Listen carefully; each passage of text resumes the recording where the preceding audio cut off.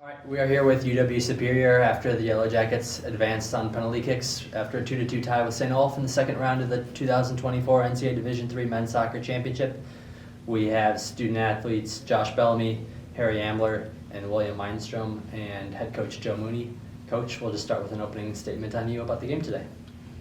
What a game. I mean, just if you step back as just a fan of soccer, what a game. You know, and all credit to St. Olaf to get out to the early start. I think it's quite obvious that Justin and his staff had already scouted us and kind of knew a lot about us even before I'm sure this pod started. They had a great game plan. No surprise there. Obviously, they leaned a lot on the experience that they've had in NCAA tournament history here the last couple of years.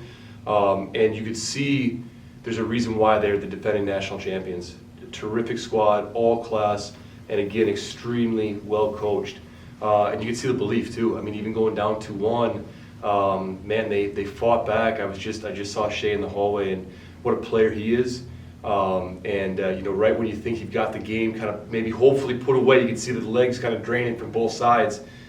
Special players do special things in big moments, and Shea certainly did. So gave them a shot, and then I felt like we were pretty confident when we went into the penalties. You know, big credit to Alex Paredes making 2 saves in the penalty shootout, giving our guys a chance to win it. But from our side, all credit in the world to our assistant coaching staff for a quick turnaround this weekend, putting a game plan together. And then, you know, the players here, you talk about special players. I'm sitting next to a couple of them here. What a game both these guys had, what a weekend, okay? And then I talked yesterday about leadership, and even though Will couldn't play today, he made sure that we were still the team that we have been all season, and it just, so I tip my hat to the guys that made it happen, and it's the guys right next to me. And for Josh and Harry, like Coach said, St. Olaf scored early, and with how the first round game went last year, it could have been easy to have it go that route, but it obviously very clearly was different this year. What was it about the team and the mentality that helped you guys overcome that and really control large periods of the game? Go on, Josh. I think it's just a completely different team, different mindset. Obviously last year hurt a lot, but different year. We're just going to go again, and hopefully we'll go again next week and we'll do the same thing. I think overall, like, our mentality going into this, like, not only this week but the whole entire season, just like from all the 4 years I've been here, this team's been the most complete. And I think that's not only on the football field, but that's like a mental thing.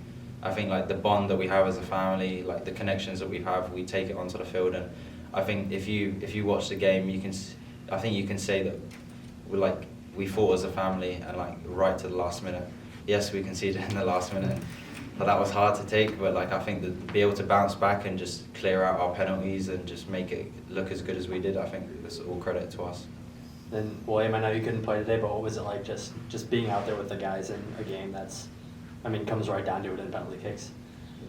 It's hard to believe really when you're in the moment, but I truthfully believed from minute one, after they scored, after we scored, when we went to overtime, and when we went into penalties, that we were going to win the game today.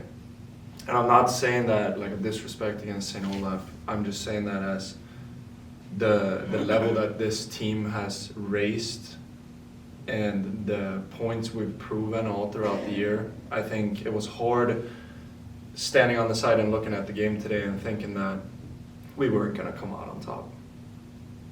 Then Coach, I think it's Amherst next. Obviously this is a big step that the program has taken to get here, but you guys are far from done. Just look ahead to that one a little bit.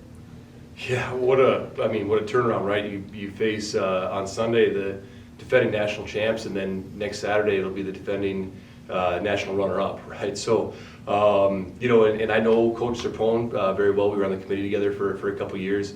Amazing coach. I know a lot about his side and just how experienced they are in the national tournament. So, you know, I think it's going to take a special effort, but I also think this is a very special group, and you heard the guys talk about it's not just on the footballing side of it. I mean, there really is a belief in this group, and I really think that, you know, the biggest thing is they believe in each other and they fight for each other. And it's easy to say that that's the case. I mean, every team has an element of that. When it hits a special level, I think the team is able to do special things, and I really feel like this team has that X factor. So we'll see what happens down in Eau Claire. All right. Thanks, guys. Congrats. Thank you. Thank you.